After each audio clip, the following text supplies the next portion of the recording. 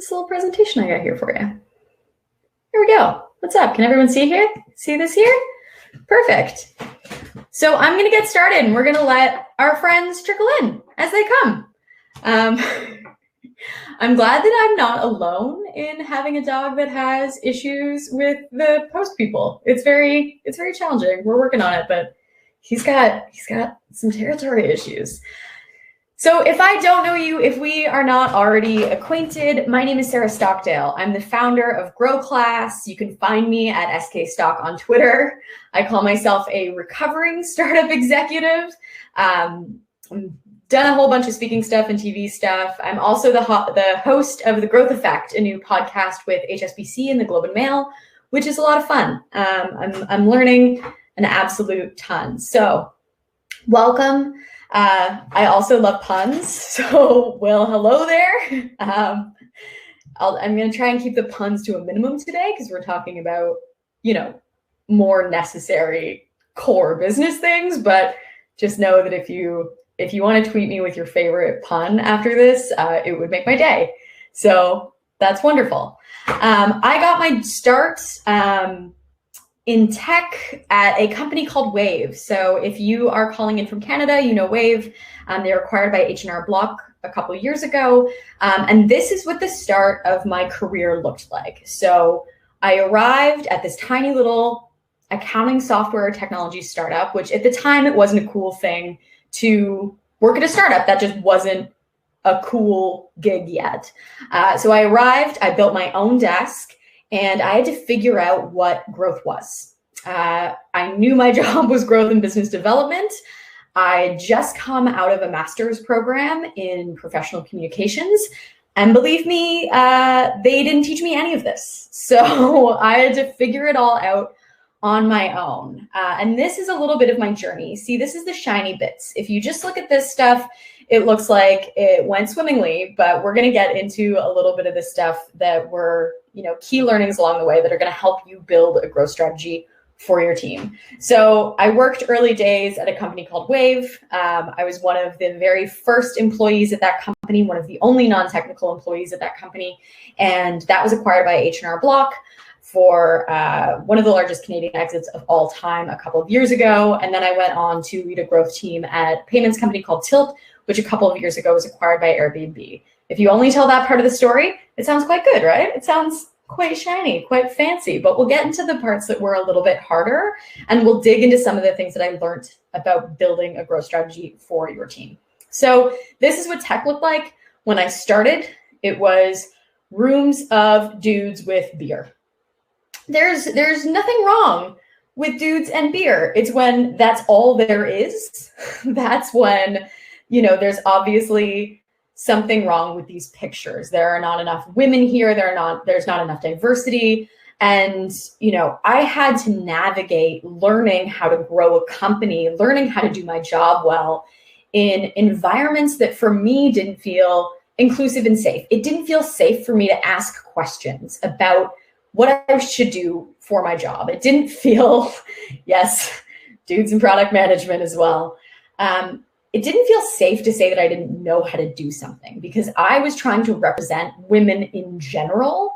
And saying that I didn't know something, showing that vulnerability would cause a lot of skeptical looks in my direction. So I had to figure this all out on my own and back channeling with other, people that I trusted in the industry. And a lot of the time when I asked engineers who I was working with, if I had a question about something technical or how to do my job, I would get this back as a Slack response. Let me Google that for you. And believe me, as a junior employee at a tech company, that is the scariest message to receive. Because not only does that say you are stupid and you could have figured that out on your own, it says it's not safe to ask questions here. It's not safe to not know the answer. And therefore, keep your fear, keep your questions, keep your curiosity to yourself. And that's why I wanted to build GrowClass. When I got into a senior position in my career where I built growth teams a few times and I have a fantastic network in tech now with really incredibly smart people who can help. A bunch of those people are in the chat right now. I wanted to create that safe space where you could ask those questions and never get back a "let me Google that for you" response, where you could get that technical, not fluffy education that's actually going to help you build and grow a company, and also the inclusivity and support system that's going to make you feel safe asking questions and safe learning. So I basically wanted to build the thing that I didn't have, and that's GrowClass. And that's why I'm doing what I'm doing now. That's why I'm here chatting with you about building a growth strategy for your team. I'm really, really passionate about what we do. If you want to know what GrowClass is, imagine if your team had a support network of expert instructors, mentors from Google, LinkedIn, Shopify, who actually believe there are no dumb questions. What if your team had access to an inclusive community to share resources, network with, and just to cheer you on when you need that? Because we all need that right now. And what if they actually had tools and templates? What if someone who had done this before could just give them the playbook and say, here's how to do it yourself. Here's how to avoid all of the snake pits that I fell into on my way to understand and learning these things. So that is what we have built in GrowClass. A bunch of folks who are in the chat are part of GrowClass. If you're part of GrowClass, just type crew in the chat. Just say hi, just say crew. All the folks who are in GrowClass right now, students who have graduated from GrowClass, just type crew so that we know that you're here and so that we can thank you. Thank you so much. Just stick it in. Awesome. So yeah, crew baby. Oh, I love it. Amazing. Look at all of y'all. See, this is this community. This is what happens all the time when we run these webinars. All of these incredible people who are already part of GrowClass come out to them, and it's so good to just see them and just to hang out again. This is what the inside of GrowClass looks like. A lot of online courses, frankly, suck, and we wanted to build something that doesn't suck, something prettier, but also more tangible and more useful. So this is what the community looks like. All of the people who are saying crew in the chat, this is how we hang every Thursday in our soft pants, chatting through questions, getting actually into the deep end of the tools. This is Adam Scanlon going deep on some Google Ads questions that folks had last week. So this was yesterday. This is what it looks like to be part of this crew and this community. So that being said, we're going to dig into your business today. I'm going to refocus. Enough talking about GrowClass, enough talking about me. You've probably been on so many webinars that do that. I want to get into the meat of actually what it's going to look like to build your growth strategy now, in this time. So you're going to learn today how you're going to help your team get through the fog. Jonathan and Melissa Nightingale call what's going on right now with a lot of our leadership teams the fog. We're going to talk about how to find growth opportunities in your existing business. Where is the signal? Where is the data going to lead you that's going to help you find how to uncover those growth opportunities that are going to help you 5x, 10x in the year? Next, we're going to talk about how to prioritize. So this is a big problem when it comes to growth teams and growth organizations, is you have usually, and maybe not right this moment, but you usually have a bunch of really smart, really capable, excited young people that have 1.5 million ideas. And the thing that I hate most is when a tech leader or a founder or an executive, marketing executive will come to me and say like, well, my team has they have all of these ideas. And the word idea to me says, an unstructured, unproven thing that we're probably going to waste some time on. So we're going to figure out how to actually take that creativity, harness it, and structure it into things that are going to be useful for your organization. And then again, how are you going to focus and organize your team? So if you stay until the end, I have something for you. It is TikTok times. Most people don't have an attention span longer than 30 seconds. So in order to sit and actually learn something for 45 minutes or for an hour, I feel like I almost need to bribe y'all. And I think that's okay, because that's what I need. I need deadlines and bribes. So if you stay to the end, I'm going to send you our growth experimentation template. So exactly how you can coach your team through running an experiment that is structured, that is rooted in data, and that is actually going to deliver some results for you. So I'm going to stop for a second and just acknowledge what's happening right now. We are not building a strategy in a normal time. We are not building a growth strategy for a normal period of time. If you are feeling exhausted, if you're feeling lost, if you're feeling overwhelmed right now, welcome to the club. There's a lot of us probably here in the chat. If this is resonating with you, if you are feeling these things right now, if you're feeling like it's hard to get enough sleep, even though you feel like you're sleeping more, if you feel like your team is running around and it feels a lot like herding cats right now, if you're feeling overwhelmed, and I always, because we are talking about work right now, I want to bring it back a little bit to what it feels like to build a growth strategy in this time. There's so much that you could potentially be doing. You're reading a new blog post every day about a new SEO strategy or a new ads optimization strategy that you should be building into your team, or that you should have all of these, new automated funnels, or that you should have a webinar strategy. There's just too much out there to do. And it makes you feel like, overwhelmed and lost in a sea of information. And a lot of it is bad blog posts, and generally speaking, ignore most of the blog posts. But also it can give you, as a marketing leader, imposter syndrome. It can make you feel that if you don't know how to do everything, that you are not worthy of the position that you have. And if I'm being honest with you, there is too much for you to comprehend everything, for you to be able to lead on every single part of marketing and growth right now.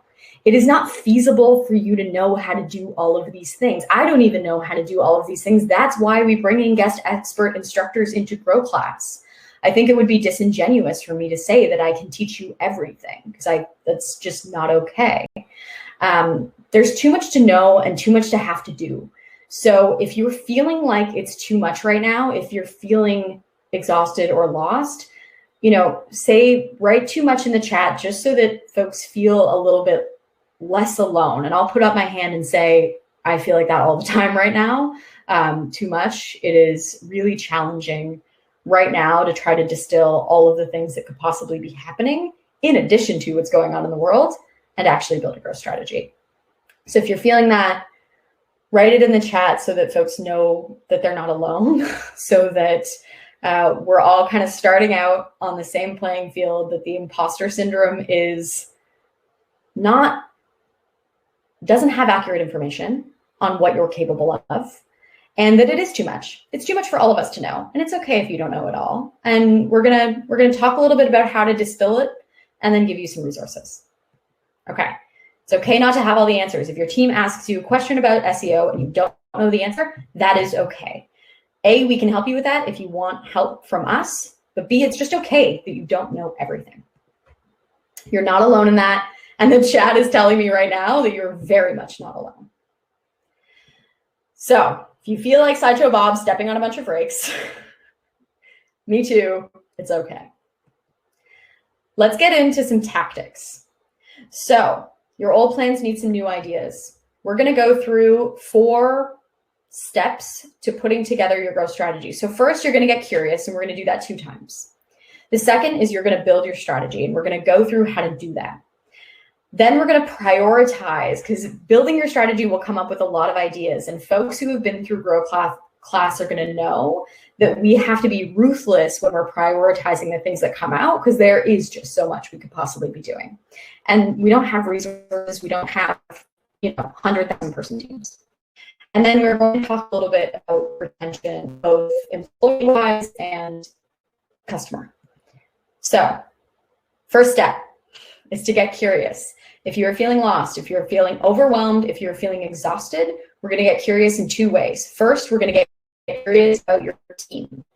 This is a piece that we have to start with when we're building a growth strategy. We have to know what are our resources, who on our team is burning out, who is not doing well right now, who requires inspiration or creativity or an injection of energy. So you have to get curious about your team. I know that for myself, waking up at 4 a.m. thinking, are people okay? What could I be doing more as a leader? How do I support and help? And the best way to answer those questions for yourself as a marketing leader is to ask your team how they're doing. And they, give them the first answer. And then we talk about this in customer psychology and GrowClass. Give that pause. Pause after you ask that question, because usually the truth comes after the polished answer. So have those real conversations with your team. Get really curious about their experience working for you and building this company. What do they need? Ask the question. Don't assume that they need a Zoom pizza party on Friday night. Don't assume that they need a 5-hour brainstorming session on Zoom. That's probably not actually what they want. They're dreading that Friday night pizza. So ask them, honestly, what do they need to perform at their best to do their job so that you'll be able to actually implement the strategy that we're going to talk through.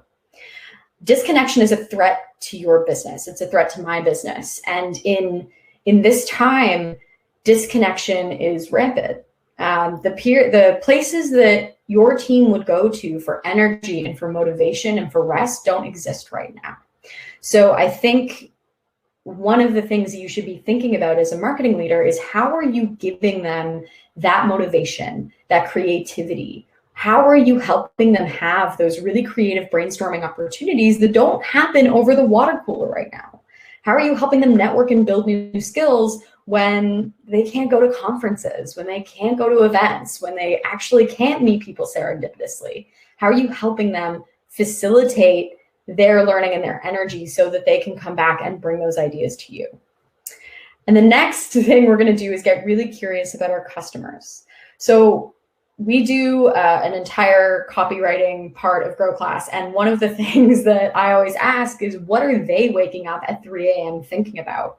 If you're going to design a growth strategy around a group of people, you are going to need to be hyper curious to the point of awkward obsession about those people. What do they need right now? How has their media consumption changed? How has their, what they read, how they're influenced in their decisions? What has changed that's going to impact your growth strategy? And some guidelines for good customer conversations, because a lot of people come to me and they say, Sarah, I'm talking to my customers all the time, but it's still not really helping me put together my growth strategy. And I'll say to them, that's because your customers are lying to you. They're telling you they're fine, or they're telling you things are going well, when that's probably not the case. So some guidelines for good customer conversations. And this is informed by Rob Fitzpatrick's incredible book, The Mom Test, which is part of our customer psychology module in GrowClass. So you have to ask about the user's pain, not about the product or service that you're selling. What is the problem that you're solving? How do they think about that problem? How do they articulate that problem? Then you need to ask about specific behaviors and experiences. So what are they actually doing right now? Not what they wish they were doing or what they think they should be doing, but what are they actually doing right now to solve that problem? It's really always good to ask about things in the past, because people will always tell you the rosiest ideas about the future. They'll tell you what they wish they did in the morning when they wake up. They wish, they'll tell you that they, don't check their email after 9 p.m., which of course they do. So ask about what happened in the past versus what's going to happen in the future. Don't assume anything about your customers. Don't even assume that they're having a really challenging time right now.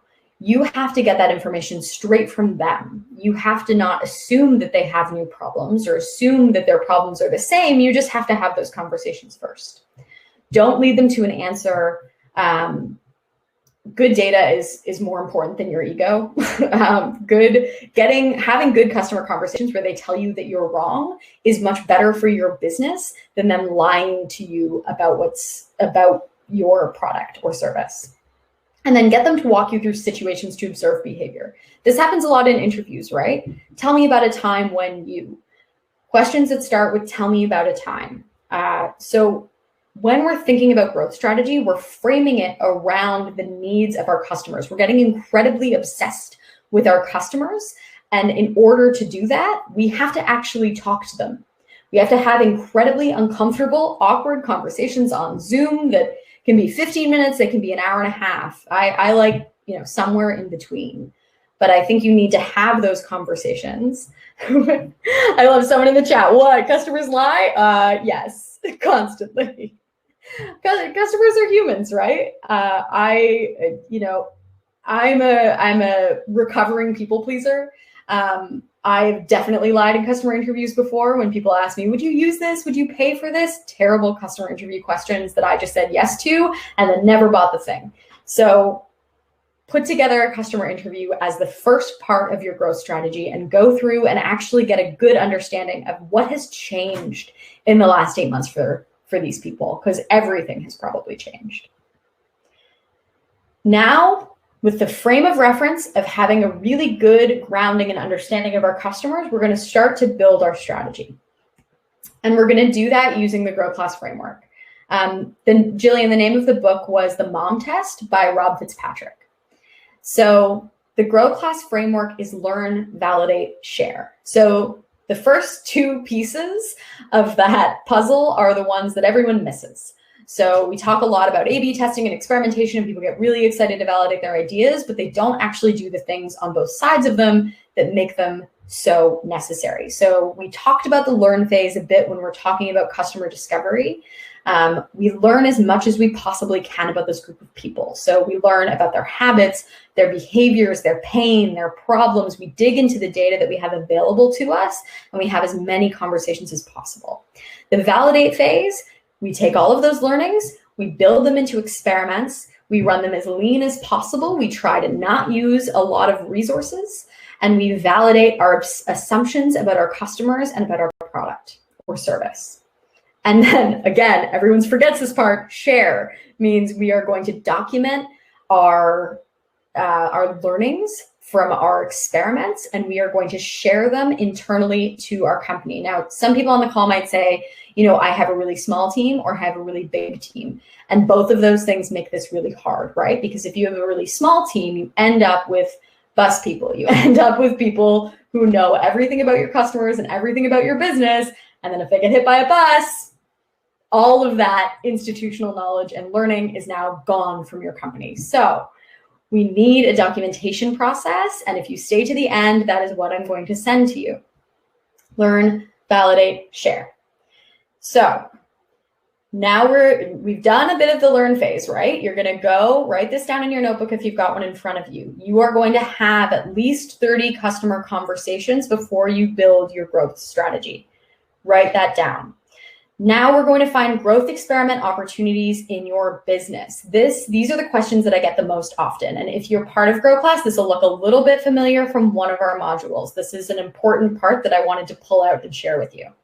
So common questions I get when talking about growth strategy and experimentation. What do I do first? How do I focus resources and budgets? What's going to have the most impact? I have too many ideas. Again, we hate the word idea. And we don't have control of the product. A lot of the time in your business, you're not going to have control of every piece that you're trying to move, and that's okay. We're going to figure out how to do that together. So here are some key ways to identify growth opportunities in your business. This has nothing to do with ideas. This has nothing to do with campaigns. This has nothing to do with sitting around a boardroom and thinking up of things that you could possibly do to get customers. These are real ways that you're going to dig into your data and figure out what's missing and figure out what's showing signal and build a plan around those things. So first, what doesn't exist? It seems like a very simple question. We're going to dig into what that means. What's not working at all? Where are we seeing untapped opportunities? Okay, let's start with where do I start? What doesn't exist? This is the first thing that you should be thinking about when you're building your growth strategy.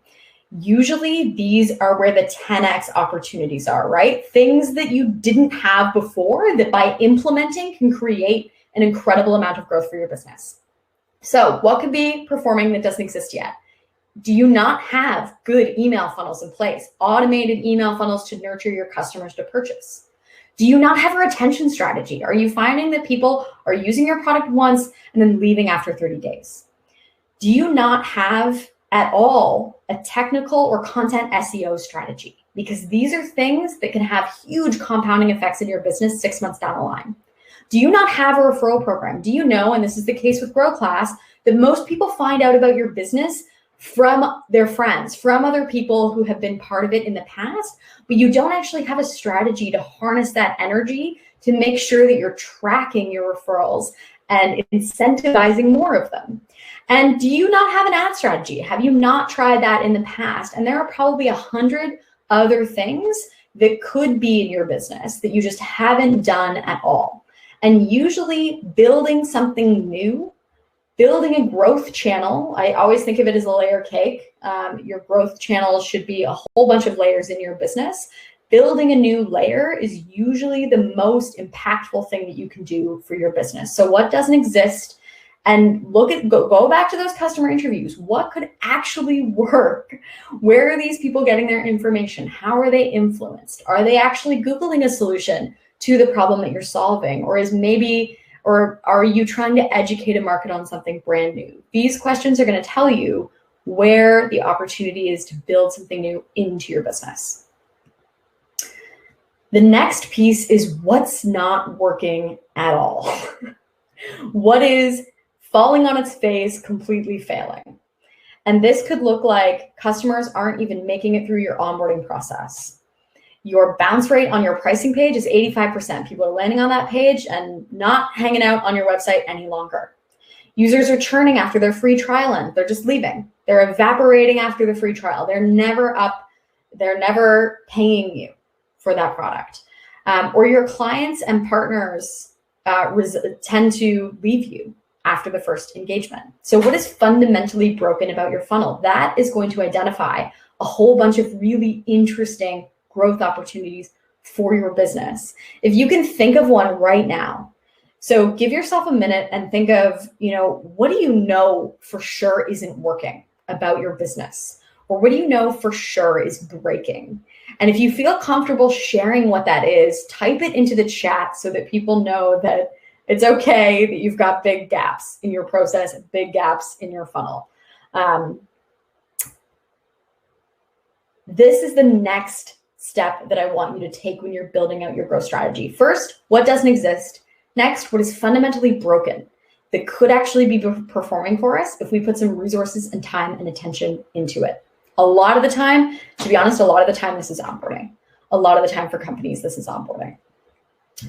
And then where are you seeing signal? The third one is, where are you seeing signal that you could be doubling down on? And a really great example of this is Shopify early days. So when I was working at Wave, actually Harley from Shopify, this is when they were a small team in Toronto, reached out to me and said, we'd like to integrate with Wave. Because what Shopify had seen is when they had built integrations with companies that had a similar audience, a similar small business audience with them, they found growth there. And so they saw that little signal. They had run a couple of experiments where they integrated with other companies that had similar customers but weren't competitive. And they saw that there's signal in there and in those integrations. So they created this entire strategy around integration. They saw that signal. They realized that there was a pull towards that as a growth channel. And then they started building that out across their company as a partnership strategy. Not only were they, they ran it a couple times, again, learn, validate, share. They validated that there was signal, that they could find growth in partnerships. And then they shared that across the organization and built an entire infrastructure around that. So look for places where you're seeing signal, where if you double down, it might work. Do you get really great engagement on your content? Do you get a whole lot of customers from a referral channel that you could build more of, that you could build an affiliate program out from? Where are you seeing signal that you could be doubling down on? So again, what doesn't exist? That's a layer in your growth layer cake that needs to exist, and that's probably going to be a 10x growth opportunity for you. Next, what's not working at all? What is fundamentally broken about your funnel?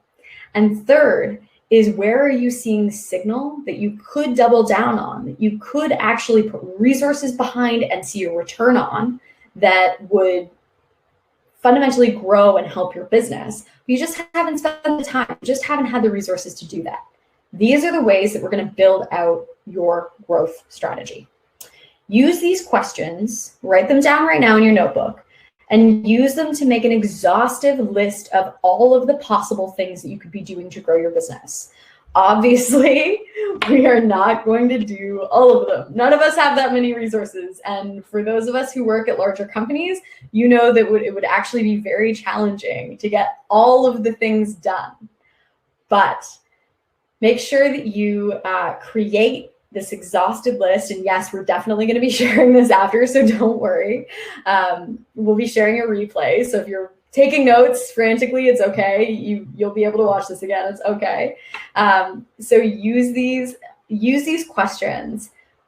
What doesn't exist? What's fundamentally broken and not working? And where are we seeing signal that we're not doubling down on? Write those questions down and start making a list of where the opportunity is for your business. Now we are going to prioritize those opportunities, because again, these are just ideas until we make them into experiments. So we're going to prioritize. First, we're going to look at our KPIs. We've got our exhausted list of potential growth opportunities in front of us. And then we have our goals. What are the things that you are going to have your performance measured on? Your team is having their performance measured on. Take your KPIs, which for us in GrowClass, we teach North Star and health metrics, and go back to that exhaustive list and say, what are the things on this list that are going to most impact these KPIs, that are going to give us the biggest bang for our buck? You should always be framing your team's strategy around the larger company goals, so everyone understands how their work funnels up into these top level goals. So they actually understand their value in their organization and they can quantify how well they're doing. You're going to look for things that are maximum impact for lowest cost or effort. Again, going back to that, I don't have access to the product, I can't change the product problem. That's okay. If you can impact something that you actually have control over for a low cost and you don't maybe need to hire someone for that, those are the things that we're going to triage first. So I always like to take this exhaustive list, match it against your KPIs for the organization, look for where the best bang for your buck is going to be, and then say, okay, where's the low-hanging fruit on this list? The things that are going to get us to our goals and the things that are also we are in charge of, we are able to impact change on. And what's the low-hanging fruit? What's the opportunity that's going to help us get there first? And remember, what you focus on grows. So if you pick from that big list, if you pick 10 or 12 things and you've got a team of 5, well, those 10 or 12 things are not going to get done. So you as the leader of this company need to choose what you focus on. And that focus, that relentless focus, is going to allow your team to actually implement and move quite a bit faster. That's the biggest problem that I see with growth teams is they're like, we're looking at this giant spreadsheet of experiments that we're working on. Look at all of these things that we're doing. And I'm like, you have a team of 6 people. There's no way that you are effectively doing any of those things. And if you're a team of just one person, you have to relentlessly focus even more, right? You have to look at that list and you have to say, what is, again, the maximum impact for lowest cost and effort? And prioritize. It's so easy in any of these companies to get shiny object syndrome and just go off on a tangent and look at something for a while, and then social, and then the CEO has an idea, and then we're going to do this, then we're going to do this. And none of those experiments actually get thoughtfully executed, and you don't actually see the impact of the business from them. You're just allowing your team to, it's like herding cats. You're just allowing people to run around in different directions with no focus and no consistency. So what you focus on grows. This, and Bella will probably tell you, this is something that I have to work really hard on because I am a growth marketer at heart, and I just want to run and grab all of this opportunity. And I have to, put blinders on and just focus on one thing at a time. And the last thing we're going to talk about very quickly is retention. Right now, you have to think about how you're taking care of your people. And by your people, I mean two things. One, your customers. How are you taking care of your existing customers and making sure that they retain over time? Number two is how are you taking care of your team and making sure that they are getting the support, the learning, the energy, and the inspiration they need to do their jobs really, really well.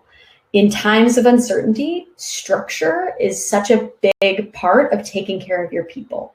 How are you building a strategy and then giving them the resources that they require to do their jobs really well? Retention on both ends, employee retention and customer retention, is the most important metric for growth. Okay, so what's next? You have a team that is inspired and challenged. You've got the beginnings of a strategy and you know how you're going to measure yourself. So you want your team to feel inspired, creative, and taken care of. You want your team to bring viable, creative ideas to the table, not just random ideas that they had in the middle of the night that are untested. You want your team to think strategically and do more with less resources. And that's why we are introducing today GrowClass for Teams. This is a new way to bring GrowClass to your organization. So those of you who are already in GrowClass or already alums of GrowClass, if you think your team could use a little bit of juice, a little bit of help, a little bit of inspiration in lieu of conferences and networking events, the ability to build their own team outside of your team to go to, we have built something specifically for that. So now you will be able to bring GrowClass to your team, choose a date to begin on together, and it's a fully customizable program. So when your whole team has a common foundation of growth marketing skills, everything's going to get easier for you. If you can say, we need a technical SEO strategy, and that person not only can do functionally that role in your company, but also has a support network to go and ask questions to, that's going to make your job so much easier. So if you come to us and tell us about your goals, we will get you the team training you need to make them happen. And, right now, companies are not able to send their people to good conferences. They're not able to find creative solutions from looking at what other companies are doing. And you're not able to network. You're not able to just go to coffee and pick people's brains. You need to provide your team with the creativity and motivation in order to do their jobs really well. And with GrowClass, if you decide to put your entire team through all of GrowClass, this is what that looks like. So we have growth foundations. We're going to talk a lot about strategy. We're going to talk a lot about customer psychology. We're going to talk about building your personas, and we're going to talk about how to actually experiment and build a strategy that isn't just running after ideas all the time. Then we're going to go into analytics, email marketing, how to write emails that actually convert customers. We're going to talk about SEO. We're going to go both on the technical and the content side of SEO. So if SEO is on your wish list, we go deep with Tiffany De Silva, who's our expert instructor on SEO.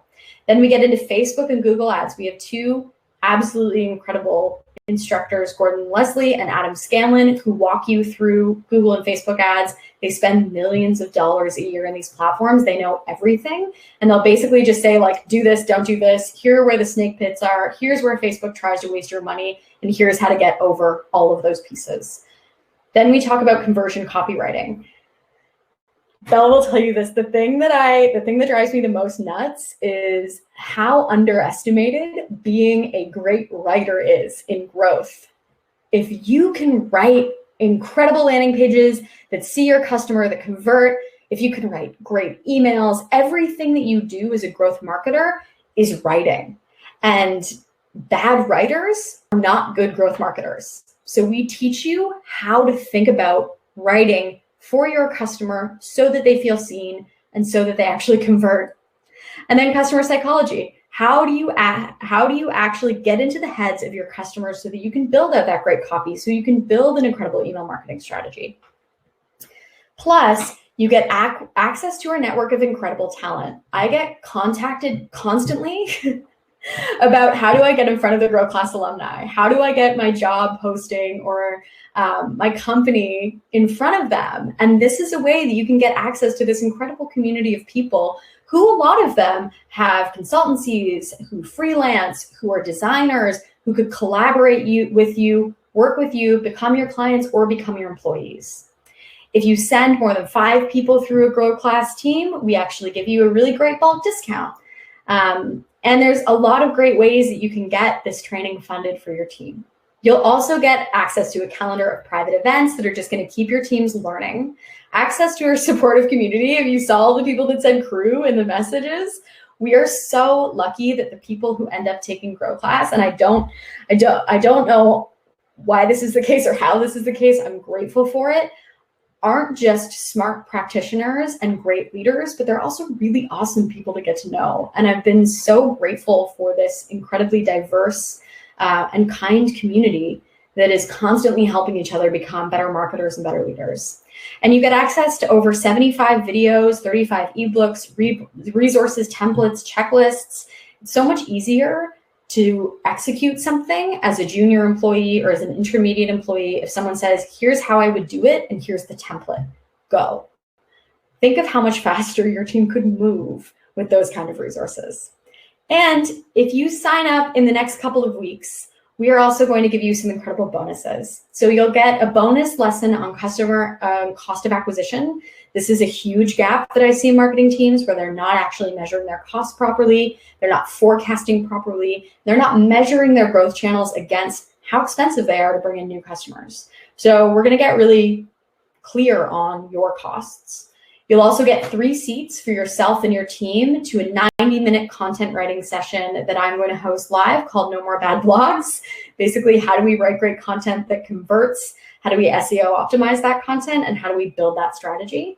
You'll also get access to our private network. As I said, a bunch of incredible people in the community and instructors who can answer your questions and support your team. So if this sounds like something that you need for your team, if this sounds like something you want to explore further, or you've got questions for me about, you can book a call now. Let me see if no, we're good. So you can book a call now. Go to, Bella's going to stick it in the chat, the link that you can go to. Oh, she's already got the Calendly link in there too. So if you come and book a call with me, I can answer any of your questions on GrowClass for your team or GrowClass for yourself. We're also opening up registration for GrowClass in the next couple of weeks for pre-registration, and you get access to all of those incredible bonuses as well if you want to attend as an individual. So book a call with me, come chat with me about your team, tell me what's going on, tell me how I can help, and hopefully we can find a really good way to provide them the support and training that they need. So it was really wonderful to see you all. If you have questions about anything that we talked about today, please feel free to put them in the chat. I've bookmarked about 15 minutes at the end of this call just for your questions, just so that I can be as helpful as possible. So if you have any questions, I saw a couple earlier, so I'm going to comb through this and make sure that I get to them all. But I know that one of the questions that was a little bit earlier was around when to hire your first growth marketer as a founder or as a team leader. So it's a fantastic question. The answer to it is it's you. If you are the founder of your company, or if you are the leader of the first marketing team, like, you are the growth marketer. You're also probably the salesperson and the customer support agent. But if you're actually starting to tap out, again, going back to the growth strategy, where are you seeing signal? Where are things falling down? If you don't actually know whether or not, if you are seeing signal, if you're seeing incredible signal that something's working, but you don't have the resources or you don't have the time to double down on it, that's a really great time where you should be hiring a growth marketer. If things are breaking and you don't have the skill set or you don't have the ability to fix them, that's a really great time to be hiring a growth marketer. I relentlessly advocate for people to hire people internally versus hiring an agency or a contractor. Because I truly and honestly believe that you shouldn't be outsourcing the most important part of your business, which is your growth and revenue opportunity. A lot of people say, oh yeah, I'm just going to get like a contractor, a marketing contractor. I'm going to get them to do it for me. You should know how to do it first. You should know how to build that strategy. If you don't feel comfortable with those things, we can help you at GrowClass, but you should have a fundamental understanding of how your company grows before you hire someone for that, before you hire a contractor or an agency, because I've seen so many times, so constantly, people hire agencies without understanding their value or what they should or can be doing, and then potentially waste a whole bunch of money on something that's not going to work. So short answer, you are the first growth marketer. But if you want to hire someone to help you and you're seeing signal in your business, you're seeing opportunity that you can't double down on, that is when you are too stretched, when you can't do the next thing, or even hopefully about a month before that, that's when you should be hiring your first growth folks. Oh, that's an awesome question. So Tracy asked, what helps when you lose your mojo? What helps you get your mojo back when you lose empowerment? It's a really good question for right now. I get my mojo from stuff like this, from other people. So I like to have conversations. I have a group of people in my life that I call my board of directors. I also call them my friendtors, friends who are also my mentors. And when I lose my mojo, I go to those people and just have real talk conversations. I also look for inspiration. And usually I don't look for inspiration in the places that you'd think. Like I'll watch, like, my favorite movie is Dogma. I'll like go back and like watch my favorite movies, or I'll read from my favorite authors, or I'll listen to my favorite podcasts. A lot of the time they have nothing to do with my work, but they help, replenish my creative juices and help me feel a little bit better. And yes, community, Sophie. This, like, the GrowClass community helps me all the time. Y'all are so energizing and so kind. I find I get a lot of inspiration from you. But in general, that, like, the kind of the friend-tour community that I've built for myself is really, really helpful. So Christina asks, what is your experience with including leaders from other areas of the company into growth marketing? Yes, please do it. The faster that you can. So 2 things here. One, really great founders, really great executives set goals that are kind of cross-functional, right? So if everyone is working towards a revenue goal, everyone is working towards a retention goal, it makes it a lot easier to collaborate. And it makes it a lot easier not to compete and not to silo your organization. I've taught in GrowClass and in general in consulting, a lot of product leaders, a lot of engineering leaders, more about growth, so that they get passionate for it and they end up saying yes more to their growth marketers on their team. They say yes to giving them resources, giving them time, giving them help. The more that you can develop relationships with, for me specifically, product, customer support, and engineering, but really product and customer support are the 2 that have mattered a lot to me in my career. Customer support, because they are an absolute incredible wealth of information on retention. Your customer support people know more about your customers than you will ever, regardless of how hard you try, because they talk to them constantly and they talk to them when they're at their most pissed off. So I want to be best friends with those people because they have such an incredible wealth of information on potential things that you can run as a growth marketer for lifetime value, for retention, for referral, for resurrection. So I would say, yes, develop those relationships, have goals in common, but relentlessly focus your team on the things that they need to execute on and try not to push them into a whole bunch of different departments and share resources that way, because people get confused if they don't have clarity around what they're being measured on.